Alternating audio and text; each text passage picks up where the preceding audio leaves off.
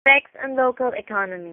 People suffered from unemployment, illnesses, and deaths because of overthinking on what will happen to them and their investment in Aman Futures Group. Nagsangla ng lote sa halagang 10,000 piso si Rowena para may maibayad sa Aman Futures.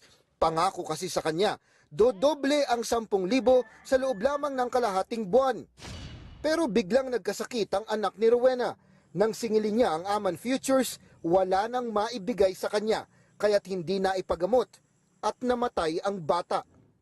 Sa sobrang depresyon, nag-amok, nakapatay at nakulong ang amang si Felix. Kaya ngayon, nangungulila sa anak at asawa si Rowena. Halos buong kabuhayan din ang nawala kay Winson nang ilagak sa Aman Futures ang naipong 15,000 piso.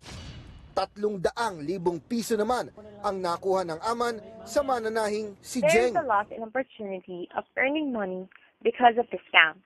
Victims, which are under different classes of income earners, experience bankruptcy. Hindi lang mga pedicab driver, tindero at mga pulis ang kabilang sa mga nabiktima ng investment scam sa Pagadian, Zamboanga del Sur at mga kalapit probinsya. Pati raw mga lokal na opisyal kumagat din sa alok ng Aman Futures Group na 30 hanggang 50% ang kita sa kanilang ibibigay na puhunan. Sa ngayon, nasa 10,000 na raw ang nabiktima ng scam. Resolution. The government already started its investigation and gathered evidences through the data of the banks they used and some electronic gadgets recovered, continuously processing the complaints of the investors regarding Aman Futures Ni and its Pangulong officials Benigno were Aquino charged by III estafa. sa kinauukulang ahensya Order ng is released by pamahalaan the DOJ na to imbestigahan prevent the ang remaining pyramiding officials in the scam na Philippines ginawa ng Aman after Futures Group discovering that Incorporated Amanillo is na already out of the nakahikayat country. at nakakuha ng nasa 12 billion pesos sa mga kababayan natin sa Mindanao at Visayas.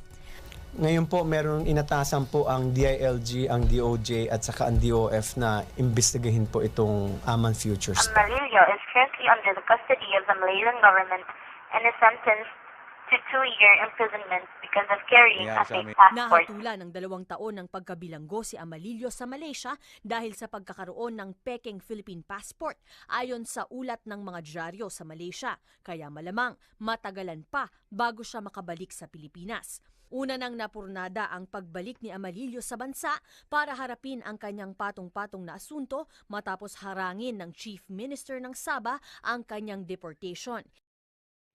The government is currently negotiating with the Malaysian government to get the custody of Mr. Amalillo for him to face the cases of graft and estafa filed against him and to the other officials of the Aman Futures Group Incorporated.